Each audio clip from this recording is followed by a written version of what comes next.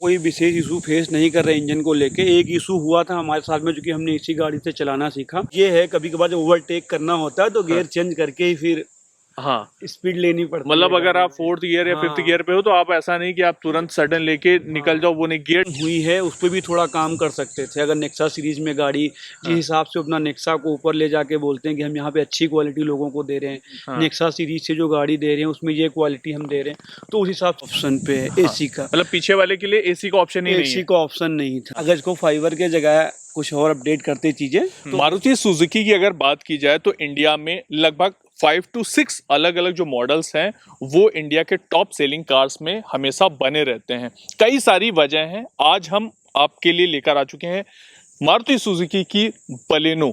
ये कार ना जब से लॉन्च हुई है इंडिया के टॉप 10 4 व्हीलर की लिस्ट में बनी हुई है।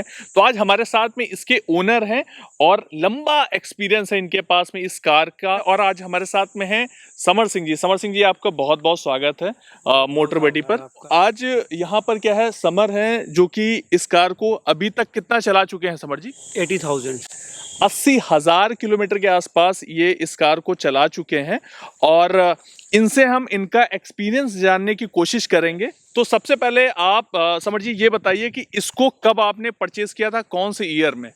सर 18 जनवरी 2018। मतलब 2018 में इसको परचेज किया था और लगभग में 6 साल के आसपास हो चुके हैं। 6 साल हो गया कंप्लीट। 6 साल। मैं आपको बताना चाहूंगा जितनी ये कार नई सेल होती है उतनी ही इसकी सेकंड हैंड भी सेल होती है। यानी जो लोग सेकंड हैंड कार परचेज कर रहे हैं वो भी काफी ज्यादा भरोसा कर रहे हैं, तो उनके लिए भी ये वीडियो काफी इंपॉर्टेंट हो जाएगा। तो ये बताइए ये कौन सा वेरिएंट है आपने जो परचेज किया था? ये बलेनो का सेकंड टॉप मॉडल है, जेटा। जेटा, ओके। तो तब जब आपने परचेज किया था तो आपके नजर में और भी कोई कार थी या डायरेक्ट आपने बलेनो सेलेक्ट किया? नहीं, only on Baleno, select he Baleno किया था। अच्छा, मतलब मारुति सुजुकी शोरूम पे गए और बलेनो पसंद कर ली? ऑन रोड पे देखते हुए। अच्छा, रोड पे देखते हुए एक्सपीरियंस। मतलब अक्सर जो हम बात करते हैं ना रोड प्रेजेंस, ये सारी चीजें, ये भी लुक काफी मैटर करता है। इसीलिए मतलब देखो ओनर ने पहले डिसाइड कर लिया कि हाँ इसका लुक ज्यादा बेहतर है, तो ये चलो परचेज कर लेते हैं। तो अभी आप मुझे ये बताइए कि उस समय ये बलेनो आपको कितने की परचेज पड़ी थी? ये 9 लाख के समथिंग पड़ी हुई थी। 8,84,000 या कुछ का बिल था इसका, समथिंग नियर अबाउट। अच्छा अच्छा, तो ये आप मुझे बताइए कि क्या इसके साथ में कैसा एक्सपीरियंस रहा है आपको परचेज करने का, और यहाँ पर जब आपने इसको परचेज किया तो आपके लिए क्या इंतज़ार करना पड़ा था या फिर आपको टाइम पे ये मिल गई थी या लंबी बुकिंग का इंतज़ार करना पड़ा? विशेष ज़्यादा समय हमें नहीं देना पड़ा था। एक्चुअली हमारी जो बात हुई थी उस टाइम पे, जो इनके आए थे सेल्स एग्जीक्यूटिव, हाँ। वो बोले थे 2-3 महीने का टाइम लगेगा। हाँ। बट जिस टाइम हमने उनको फर्स्ट ऑफ पेमेंट चेक के माध्यम से करी, हाँ। उसके बाद उन्होंने मोस्टली 1 मंथ के अंदर अरेंज करवा दिया था गाड़ी को। मतलब आपने पूरा पैसा एडवांस दे दिया था या सिर्फ कुछ टोकन मनी दिया? टोकन मनी दिया हुआ था। अच्छा, टोकन हाँ, मनी। बाकी फाइनेंस गाड़ी पे तकरीबन 2,50,000 का था। बाकी अमाउंट पे कर दिया था मैंने गाड़ी लेने के टाइम पे, उसी टाइम। अच्छा अच्छा अच्छा, इसके अलावा जैसे आपने जब बलेनो परचेज की तो आपको क्या चीज इसमें लगी कि यार ये चीज मारुति सुजुकी यहाँ पर बेहतर कर देता तो ज्यादा अच्छा रहता जब आपने चलाना शुरू किया? और उससे पहले मेरे जो भी यहाँ पर व्यूवर हैं उनको ये बता दीजिए, उससे पहले आप कार चला पाते थे नहीं, और या कार थी तो कौन सी थी आपके पास? इससे पहले हमारे पास कोई गाड़ी नहीं थी। हाँ। ओवरऑल फर्स्ट गाड़ी थी 4 व्हीलर व्हीकल में जो भी है। मैंने कभी कोई दूसरी गाड़ी ड्राइव नहीं करी थी इससे पहले। मैंने इसी को चलाना सीखा। हाँ। और इसी गाड़ी को लेने के बाद में ओवरऑल जो भी एक्सपीरियंस रहा 4 व्हीलर का वो इसी के साथ रहा। बाद में कई सारी गाड़ियाँ आप ड्राइव करते हैं, कोई इशू नहीं है, बट ओवरऑल सीखा इसी से हमने 4 व्हीलर ड्राइव करने के लिए। अच्छा, तो जब आपने इसको चलाना शुरुआत की तो आपको कहीं कुछ लगा, आप नए थे तो आपको लगा कि नहीं ये चीज़ यहाँ पर मारुति अगर कर देता तो ज़्यादा बेहतर रहता? मुझे एक ही चीज़ का गाड़ी में बार बार इशू लगता है, इसके जो फ्रंट और बैक दोनों बम्फर दिए। हाँ। अगर यहाँ पे थोड़ा कंपनी ने काम किया होता ना, क्योंकि हाँ। जरा सा भी अगर कहीं गाड़ी टच होती है हाँ। तो इसके बम्फर दोनों, आगे फ्रंट का हो या बैक का हो, रियर दोनों में से बम्फर का इशू बहुत रहता है। यानी जब भी गाड़ी कहीं पे टच होगी हाँ। तो बम्फर के साथ बड़ा इशू रहता है। बाकी इंजन से लेके क्वालिटी से कहीं पे मुझे कोई इशू नहीं लगा। उन सब चीज़ों के बारे में बाद में हम आते हैं। अक्सर जो एक इशू रहता है ना कि जो बिल्ड क्वालिटी है मारुति सुजुकी को वो बेहतर करना चाहिए, वो चीज़ मारुति सुजुकी को ध्यान देना चाहिए और ये तो एक बड़ी चीज है जो कि यहाँ पर ओनर कंसर्न कर रहा है कि नहीं आगे और पीछे, क्योंकि जो अक्सर गाड़ी लड़ती है या जो भी चीजें होती हैं वो यही है, तो फ्रंट से जाएगी या फिर बैक से जाएगी, और मतलब जरा सा टच होता है और अंदर चले। वही अगर बम्पर कहीं पे टच हुआ, लड़ना तो एक अलग चीज हो जाती है कि हम किसी को भाई एक्सीडेंट हो गया। मेजरली हमारी गाड़ी का कभी कोई एक्सीडेंट नहीं हुआ है आज तक, जो भी हुआ है कभी बस टच ही हुआ जिससे जहाँ कहीं पे, तो बम्पर कई बार हमने क्लेम करवाया। तो हमारे साथ इशू आता है बम्पर को लेके हमेशा गाड़ी में जो भी रह रहा है। मोस्टली मुझे लगता है जो सबसे ज्यादा कमी रखी इन्होंने, हाँ बम्पर्स पे लेके रखी, जो फाइबर के दे दिए ना इनमें दोनों साइड। हाँ हाँ। अगर इसको फाइबर के जगह कुछ और अपडेट करते चीजें तो बेहतर रहता है। अच्छा अच्छा, इसके अलावा आप मुझे ये बताइए कि जैसे यहाँ पर एक तो बिल्ड क्वालिटी का इशू आपको लगा, लेकिन इसके अलावा और क्या आपको लगा? जैसे आप हायर स्पीड पे हो जी। इंटीरियर में थोड़ा इशू ये लगा, हाँ। जैसे एसी केवल फ्रंट पे दे रखी है। इनको चाहिए था, क्योंकि लग्जरी गाड़ी में निकाले थे इसको, नेक्सा सीरीज में लेके आए थे, तो इनको चाहिए था बैक पोर्शन पे भी, जैसे सियाज में इन्होंने दिया था बैक ऑप्शन पे एसी का, मतलब पीछे वाले के लिए एसी का ऑप्शन ही नहीं है। एसी का ऑप्शन नहीं था इसमें। अच्छा, तो वो भी एक होना चाहिए था पार्टिकुलर। अभी दे रहे नहीं दे रहे मुझे इसकी जानकारी नहीं है रिसेंटली, बट उस टाइम इसमें नहीं आ रहा था। मतलब ये तो बेसिक हो गया जाके कि ये चीज होनी चाहिए थी। अच्छा,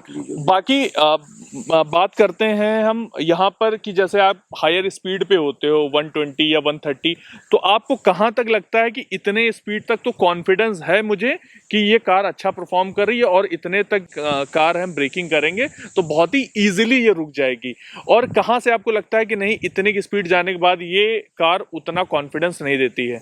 बेसिकली शुभम भाई, मैंने इसको कभी ज़्यादा हाई स्पीड में ड्राइव नहीं किया, बट मोस्टली 160 140 तक मैंने कभी इसको ट्राई किया है। हाँ। कंट्रोल करने में हमें कभी कोई इशू नहीं आया।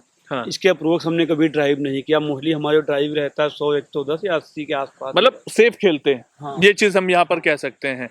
अच्छा, माइलेज की बात की जाए, आप सिटी में चलाते हो और आप हाईवे पे चलाते हो, जैसे बलेनो अपने माइलेज के लिए काफी जानी जाती है, तो माइलेज कितना ये दे रही है और इनिशियली कितना देती थी? आज लगभग जब आप इतने किलोमीटर चला चुके हो तो आज का क्या कंडीशन है शुरुआत में, पहले बताइए। इसके लिए कभी नोटिस नहीं किया मोस्टली हमने कि कितना अच्छा दे रही नहीं दे रही है। हाँ। बट ये जहाँ तक समझ में आ रहा है कि जो भी देखा चीज़ें इसमें, कि अगर हम सिटी में ड्राइव कर रहे हैं तो अप्रोक्स 14 15 16 तक लास्ट है, अगर अच्छा सिटी में चल रहे, ट्रैफिक में चल रहे हैं। हाँ। अगर हम जाते हैं हाईवे में तो 10 to अप्रोक्स माइलेज निकालती है गाड़ी। कितना? 20 अप्रोक्स, 20 के अप्रोक्स जाता है, तो मतलब हाईवे के हिसाब से काफी अच्छा हो जाता है। अच्छा, जब आप इसमें 3 या 4 लोग जब आप बिठाते हो तो इंजन का परफॉर्मेंस कैसा रहता है? आपको कहीं लगता है कि ओवरटेक करते समय ये दब रही है, या 3-4 लोग बैठे हैं, एसी चल रहा है तो कहीं अंडर पावर लगता हो आपको? ऐसा कभी खास इशू हुआ नहीं, बट ये है कभी कभार जब ओवरटेक करना होता है तो गियर चेंज करके ही फिर हाँ स्पीड लेनी पड़ती है। मतलब अगर आप 4th गियर या 5th गियर पे हो तो आप ऐसा नहीं कि आप तुरंत सडन लेके निकल जाओ, वो नहीं, गियर डाउन करना पड़ेगा तब आप एकदम से निकल सकते हो। अच्छा, बाकी इसके अलावा सर्विस की बात की जाए, सर्विस का मारुति सुजुकी का एक्सपीरियंस कैसा है, उनके वर्कशॉप का, इस प्रोडक्ट का सर्विस का एक्सपीरियंस कैसा है, और अभी तक इसमें कितना खर्च आ रहा है? ये मतलब लोग जो ये कहते हैं ना कि मारुति सुजुकी की गाड़ियों में मेंटेनेंस बहुत कम है, तो वो कहाँ तक सच्चाई है? सर्विस के लिए मोस्टली मुझे जब भी रिक्वायरमेंट हुई सर्विसिंग के लिए या क्लेम के लिए, मैंने पिकअप ड्रॉप सर्विस के लिए इन्फॉर्म करा सुजुकी में, तो उनके वहाँ से हमेशा सर्विस प्रोवाइड हुई, उसकी मुझे कभी कोई इशू नहीं आया। रही मेंटेनेंस की बात जो बोली, तो डीजल गाड़ी है हमारी, बेसिकली जो ये मॉडल है बलेनो का डीजल है, डीजटा।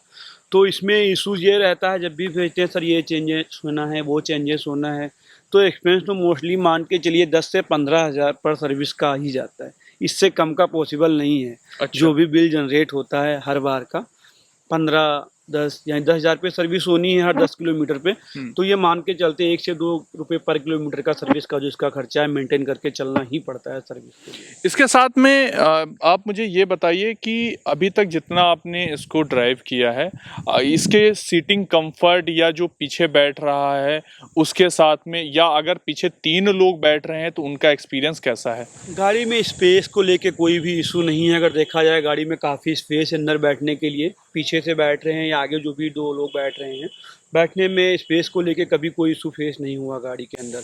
हाँ, सीट की क्वालिटी थोड़ा मेंटेन कर सकते थे, कोशिश करते अगर तो मतलब कुशन हार्ड है या उतना अच्छा नहीं है, सॉफ्ट नहीं है? सॉफ्ट नहीं है बेसिकली, बाकी जो इनकी ग्रिपिंग हुई है उस पर भी थोड़ा काम कर सकते थे। अगर नेक्सा सीरीज में गाड़ी जिस हिसाब से अपना नेक्सा को ऊपर ले जाके बोलते हैं कि हम यहाँ पे अच्छी क्वालिटी लोगों को दे रहे हैं, नेक्सा सीरीज से जो गाड़ी दे रहे हैं उसमें ये क्वालिटी हम दे रहे हैं, तो उस हिसाब से सीट कवर को भी थोड़ा मेंटेन कर सकते थे। हमारे हिसाब से सीट की क्वालिटी को थोड़ा बेहतर किया जा सकता था। अच्छा, इसके अलावा जब आप हायर स्पीड पे, या जैसे आपने कहा आप 100 या 120 के आसपास जब आप इस स्पीड में होती है कार, तो वहां पर इसका स्टीयरिंग कैसा काम कर रहा होता है, और अंदर कार के अंदर क्या वो चीज़ फील होती है? कुछ कार में होता है कि आपको स्पीड फील नहीं होती है, क्या यहाँ पर वो चीज़ फील होती है कि हाँ ये इतनी स्पीड में चल रही है?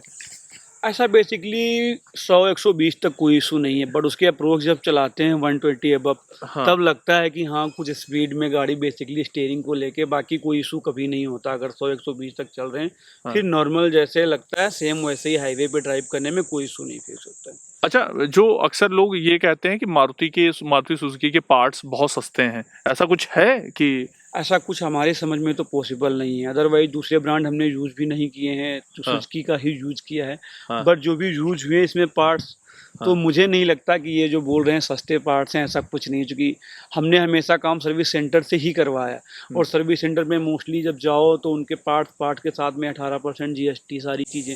अगर वही पार्ट्स बाहर से लेने हो तो मोस्टली लोग मुझे कई बार रिकमेंड करें कि आप बाहर से इसके पार्ट लेके वहाँ पे काम करवा लो, तो ये कुछ कम बजट में हो जाएंगे। बट चूंकि हमने कभी बाहर काम नहीं करवाया, हमेशा हमारा गाड़ी का काम वर्कशॉप में ही हुआ है थोराइज, तो उसके लिए कुछ कह नहीं सकता मैं। पार्ट जो हैं हमारे हिसाब से मीडियम बजट में, लो भी नहीं हाई भी नहीं। अच्छा, जैसे आपने कहा कि आप हमेशा जब सर्विस कराते हो तो आप मारुति सुजुकी के जो ऑथराइज्ड सर्विस सेंटर है वहां पर कराते हो, उसका मतलब 5-6 साल हो चुके हैं, उसका आपको क्या बेनिफिट मिला है कोई कि नहीं मिला है? बेनिफिट तो है सर डेफिनेटली। गाड़ी में जैसे बाहर लोग बोलते हैं कि आप लेके जाओगे, कभी कोई अच्छा पार्ट्स होगा एक्सचेंज कर सकते हैं, जो वहाँ के लोकल मैकेनिक होंगे, या कोई अदर इशू क्रिएट कर सकते हैं। बट ऐसा कुछ नहीं है, हमारे साथ में ऐसी कोई समस्या क्रिएट नहीं हुई। तो ये कह सकते हैं हमें ओवरऑल जो इसके साथ में एक्सपीरियंस मिला वो अच्छा है। इस चीज़ को लेके सर्विस सेंटर से अच्छी सर्विसेज मिली। अच्छा, कभी ऐसा कुछ इशू हुआ है कि वारंटी वगैरह को लेके, कि वारंटी में कहीं कुछ प्रॉब्लम आई है और वारंटी के लिए आपने बोला हो, और वहाँ पे फिर एडवाइजर ने या वर्कशॉप मैनेजर ने वहाँ पे कुछ? वारंटी में मेरे साथ में इशू हुआ था स्टीयरिंग को लेके। एक बार हमारी स्टीयरिंग से वॉइस हो रही थी, थोड़ा डिफरेंट हो रहा था। मैंने कंप्लेंट करी थी सर्विस सेंटर में इसके अकॉर्डिंगली। फिर गाड़ी हमारे सर्विस सेंटर पे गई थी, और इसकी जो स्टीयरिंग रॉड या जो कुछ भी था इसका पार्ट, वो उन्होंने ऑन वारंटी 5 साल के अंदर फिर एक्सचेंज करके दिया हुआ था। अच्छा, उसके बाद उसमें कुछ पैसा वगैरह चार्ज नहीं? हमारा उसका कोई चार्जेस अप्लाई नहीं। चलिए, बहुत बढ़िया है। मैं आपसे ये पूछना चाहूँगा कि ओवरऑल अभी तक जो आपने चलाया, आपको क्या लग रहा है कि इसका इंजन कैसा है? कितना टाइम अभी और ये चल सकता है, या इसमें और इतना काम हो सकता है? ये क्या लग रहा है आपको इसके इंजन के बारे में? कुछ बताइए, क्योंकि आप नए थे, आपने इससे चलाना सीखा है, तो कहीं ना कहीं एक नया इंसान होता है तो इंजन थोड़ा सा लूट जाता है, या कुछ ना कुछ चीज़ें होती हैं। तो आपको क्या लग रहा है आज के टाइम पे, आप लगभग 5-6 साल से जब चला रहे हो या सीखा है आपने, तो आज के टाइम पे आपको क्या लग रहा है, या मैकेनिक्स क्या कह रहे हैं कि इसका इंजन अभी कितना और चलेगा या कब काम होगा? ऐसा कोई विशेष इशू फेस नहीं कर रहे इंजन को लेके। एक इशू हुआ था हमारे साथ में, क्योंकि हमने इसी गाड़ी से चलाना सीखा। क्लच प्लेटें हमारी गाड़ी की बहुत जल्दी डाउन हुई थी। अच्छा। बेसिकली मुझे वहाँ से जो टेक्नीशियन इंजीनियर होते हैं उन्होंने ये चीज़ बोली कि चूँकि आपने क्लच प्लेट का ज़्यादा यूज़ किया, जिस वजह से क्लच प्लेट को लेके दिक्कत आई। अदरवाइज इतनी जल्दी क्लच प्लेटें डाउन नहीं होती हैं। सेकेंड चीज़, जो गाड़ी को हमने यूज़ किया, रफ एंड टफ यूज़ किया है सर, हमने केयरिंग नहीं करी। अच्छा। कि इसको हम मोस्टली कवर अप करके रखेंगे, बहुत ज़्यादा मेंटेनेंस करके रखेंगे। काम हमेशा सर्विस सेंटर से हुआ है, बाकी रफ एंड टफ चलाई है। तो अभी इस बार हमारी गाड़ी के सांकर को लेके कुछ प्रॉब्लम क्रिएट हो रही थी, जो लास्ट सर्विस हुई है उस टाइम। तो मुझे बोला गया सर्विस सेंटर में कि सर सांकर आपके बहुत जल्दी ख़राब हुए हैं, गाड़ी को थोड़ा केयरफुली ड्राइव करें। तो मेरे साथ ये इशू रहता है सर, कभी जैसे रोड पे देखते हैं गड्ढे वगैरह, तो उनको मैं अवॉइड करने में गाड़ी को स्लो करने की कोशिश नहीं कर पाता हूँ। मोस्टली जिस रेस में हुआ, अगर लोग बेसिकली क्या करते हैं 10-20 की बिल्कुल स्लो स्पीड में लाके क्रॉस करते हैं, बट हमारा क्या है, क्योंकि हम गाड़ी कभी हाई स्पीड में नहीं चलाते, मीडियम स्पीड में ही रहते हैं। तो अगर कभी मन आ गया तो स्लो किया तो किया, अदरवाइज जो हमारा स्पीड है उसी स्पीड को क्रॉस उसी कर में दिया। उसको क्रॉस कर गए। हाँ। तो मोस्टली इस बार मुझे ये रिकमेंड किया गया कि सर जब भी आप गड्ढे में या इसको उस पर ड्राइव करते हैं जो रोड पे बने होते हैं ब्रेकर, तो आप थोड़ा इसको केयरफुली ड्राइव करें ताकि सांकर वगैरह मेंटेन रहे। आप जिस तरीके से चलाते हैं इस तरीके से मोस्टली लोग बोलेरो को चलाते हैं। तो हमने कहा सर जो भी है, मैंने तो बोलेरो चला ही नहीं है। बोलेरो चला रहे हैं। हाँ। हाँ, सही है सही है। तो अच्छा, अब फाइनली हम बात करते हैं कि ओवरऑल आप कितना इससे खुश हो? अगर आप 10 में कितने मार्क्स इसको देना चाहोगे, मारुति या बलेनो को? नहीं, मारुति गाड़ी से हम बिल्कुल संतुष्ट हैं, कोई इशू नहीं है। ओवरऑल हमारे तरफ से बस जो कंप्लेन है जो हमने बताया, हाँ, बिल्ड क्वालिटी को लेके वो सबका इशू है, कर सकते हैं। बाकी उसके अलावा ओवरऑल एक्सपीरियंस ठीक है, कोई इशू नहीं है। 10 में से 9 मार्क तो दे सकते हैं। चलिए, तो ये थे मेरे साथ में समर जी, जिन्होंने टाइम निकाल के अपना ओनरशिप एक्सपीरियंस शेयर किया। अगर ये वीडियो आपको पसंद आए तो वीडियो को कर सकते हैं लाइक, और चैनल पर पहली बार है चैनल को कर सकते हैं सब्सक्राइब। वीडियो देखने के लिए आप सभी लोगों का बहुत बहुत धन्यवाद।